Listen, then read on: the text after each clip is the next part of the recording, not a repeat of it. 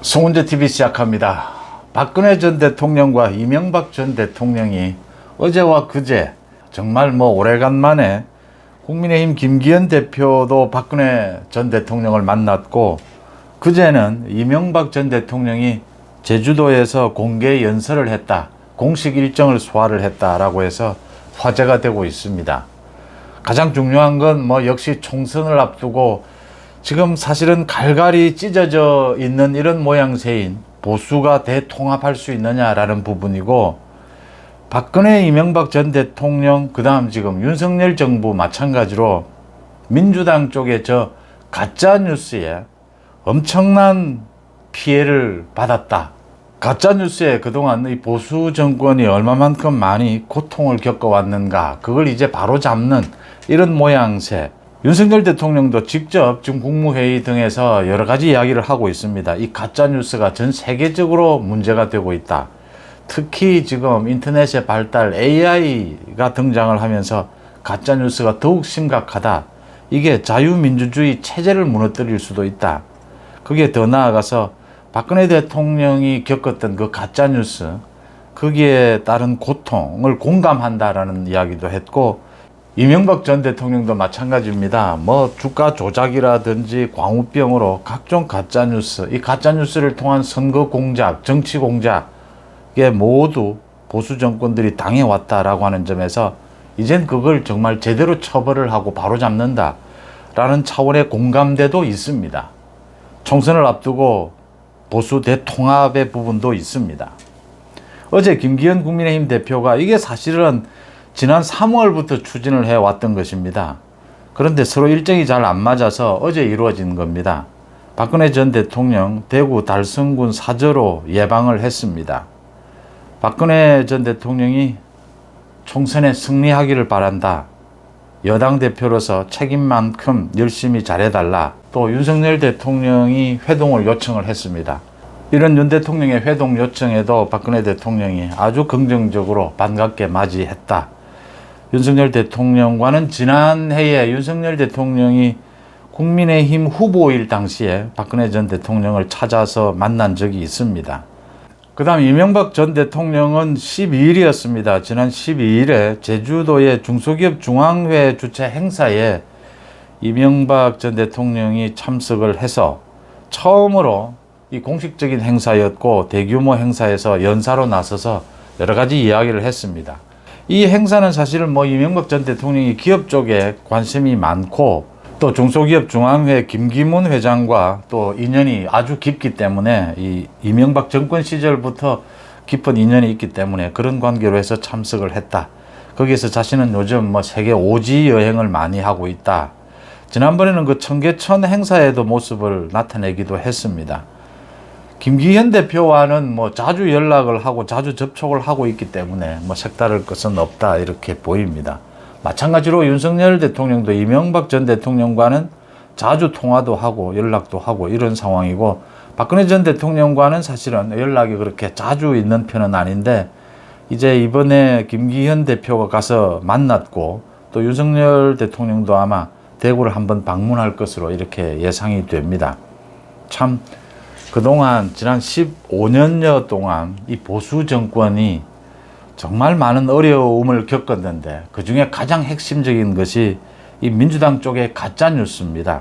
이 가짜뉴스에 대해서는, 그러니까 지금 보시면 윤석열 대통령이 후보 시절부터 가장 강조한 것이 가짜뉴스였습니다. 이 가짜뉴스는 패가망신 시켜야 한다. 정말 뿌리를 뽑아야 한다. 가짜뉴스 때문에 민주주의 자체가 지금 무너질 수가 있다. 라는 이야기를 계속했고 지금도 계속하고 있습니다. 그러니까 한동훈 법무부 장관은 사법방해 이야기를 많이 합니다. 이재명으로 인해서 사법방해가 얼마만큼 다양하게 굉장히 폭넓게 정말 이 집요할 정도로 사법방해가 일어날 수 있는가, 우리 사법 시스템을 완전히 망가뜨릴 수 있는가, 이런 것을 지금 보여주고 있다고 하는 겁니다. 이 사법방해라든지 이 가짜뉴스에 대한 대응은 우리는 지금 현재 법이 정비되어 있지를 못합니다. 전혀 법이 정비가 되어 있지를 않습니다. 그래서 가짜뉴스를 퍼뜨리고도 큰 소리를 치고 사법방해를 엄연히 지금 하고 있으면서도 큰 소리를 칩니다. 미국은 법이 아주 엄격하게 잘 되어 있습니다. 가짜뉴스를 퍼뜨리면 1조가 넘는 손해배상이 판결이 나기도 했습니다. 사법방해를 하면 절대로 이건 재판에서 이길 수가 없습니다. 결정적으로 구속 사유입니다. 사법방해에 대해서는 미국은 변호사의 나라라고 하지 않습니까? 사법방해에 대해서는 철저하게 규제를 하고 있습니다. 특히 한동훈 장관이 미국 법에 대해서는 굉장히 연구를 많이 했기 때문에 이 가짜뉴스와 사법방해에 대해서는 많이 알고 있고, 그래서 그 부분을 좀 국민들에게 계속 강조를 하고 있는 것입니다. 이 부분에서 참 보수 정권이 굉장히 많은 고통을 겪어왔다. 거기에 공감대를 갖고 있다. 윤석열 대통령이 박근혜 대통령에 대해서도 가짜뉴스에 얼마만큼 시달렸느냐. 이명박 대통령 마찬가지입니다.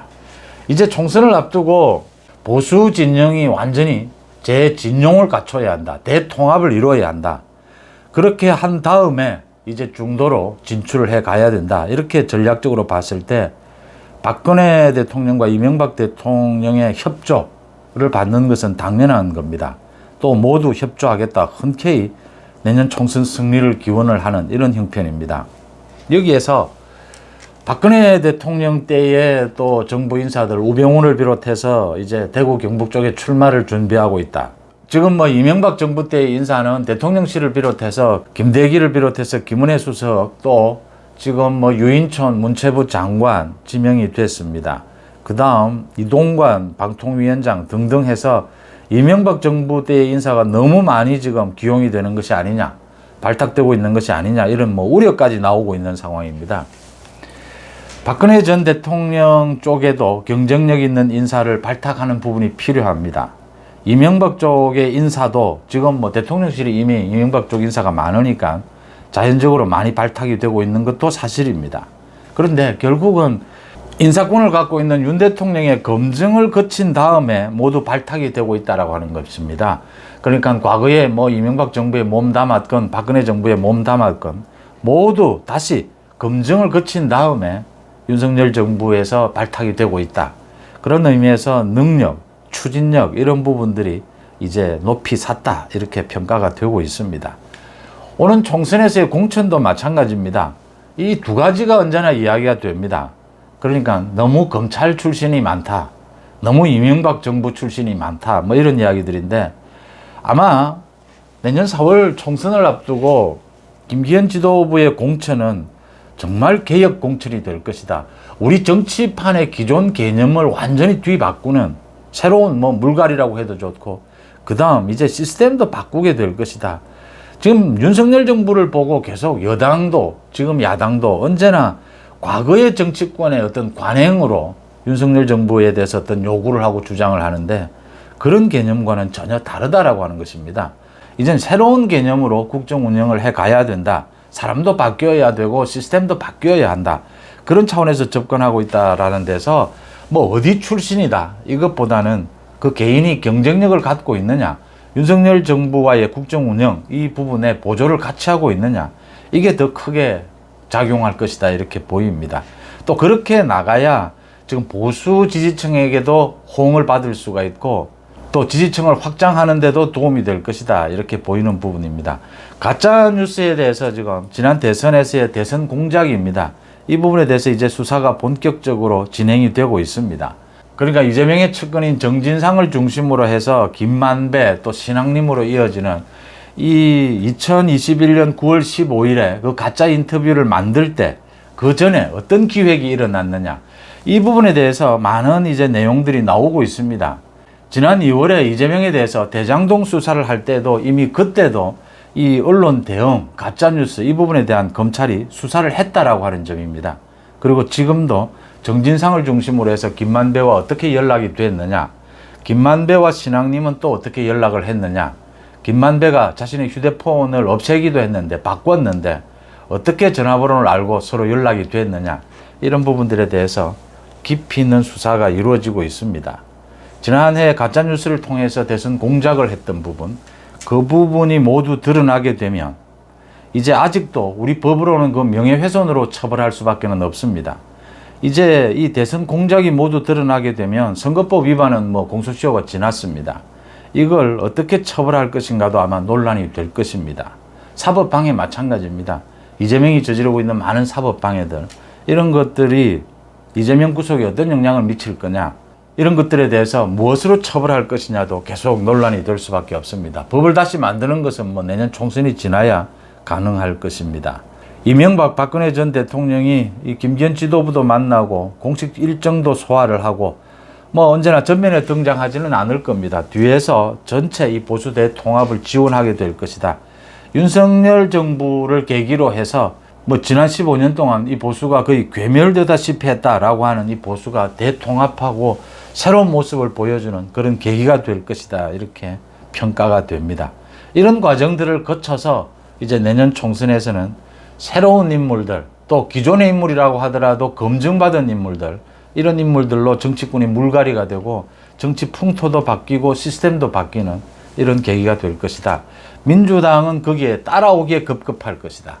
그러니까 정치가 언제나 이 법을 위반한 사람은 처벌을 해야 되고요. 또 법을 위반하지 않는 과정에서는 누가 국민들이 원하는 방향으로 빨리 가느냐, 뒤에 따라가느냐, 이 차이에 의해서 이제 국민들의 지지가 엇갈리게 되는 것입니다. 박근혜 전 대통령을 김기현 지도부가 만났고 아마 곧 윤석열 대통령도 방문을 하게 될 것이다 이렇게 보입니다. 이명박 대통령도 마찬가지입니다. 이제 보수가 제대로 된 모습을 찾고 있다. 총선을 앞두고 보수 대통합, 정치 개혁, 이 부분에서 지금 가장 심각한 것은 가짜뉴스입니다.